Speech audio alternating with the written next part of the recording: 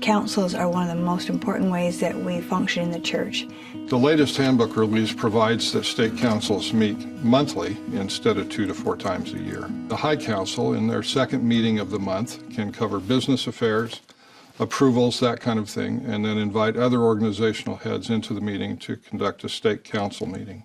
These monthly stake council meetings include stake young women, primary and relief society presence, and having these meetings more often gives all stake church leaders more of a voice. The handbook also provides for other changes in stake committees. One of the first is, of course, the Melchizedek Priesthood Committee.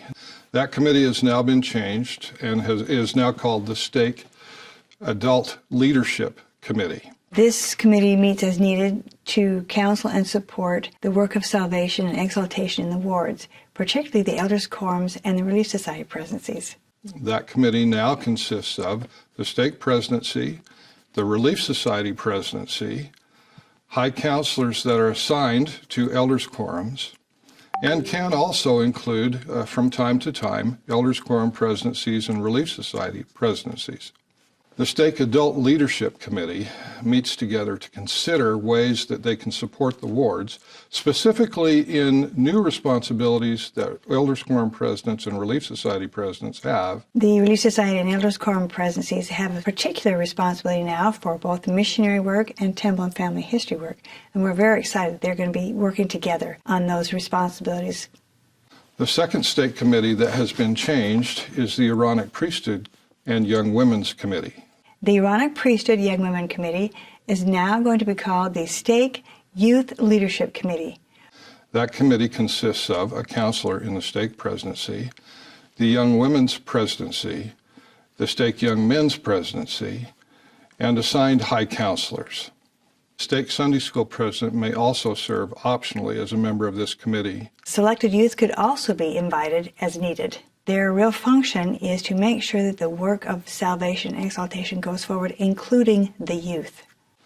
One reason that the Stake Council now meets monthly instead of 2 to 4 times a year is to provide the opportunity for the organizational heads to have more of a say in the vision for stake training of Elders Quorum presidencies and Relief Society presidencies. We need the perspectives of both men and women, and the updates in the handbook help us to do that in a more seamless fashion. These committees could be considered as extensions of the Stake Council. For instance, on occasion, if they wanted to, they could separate into 2 committees and they could meet at the same time. The changes in the Stake Adult Leadership Committee provide better definition for what that committee is to accomplish.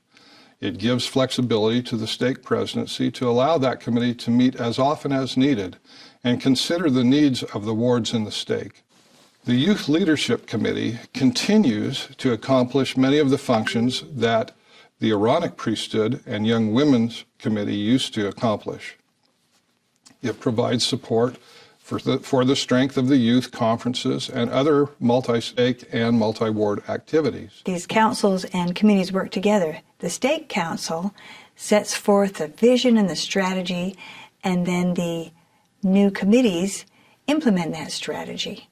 These changes in the handbook will allow the stake presidency and stake leaders to provide additional support to ward leaders as they accomplish this work of salvation. In particular, Elders Quorum and Relief Society presidencies will receive more specific support for their new responsibilities of missionary and temple and family history work. They can be a wonderful support for wards in their activities and in their planning without overreaching into work that the wards are doing. These recent changes in the handbook emphasize the importance of men and women serving in the church together to accomplish this important work of salvation.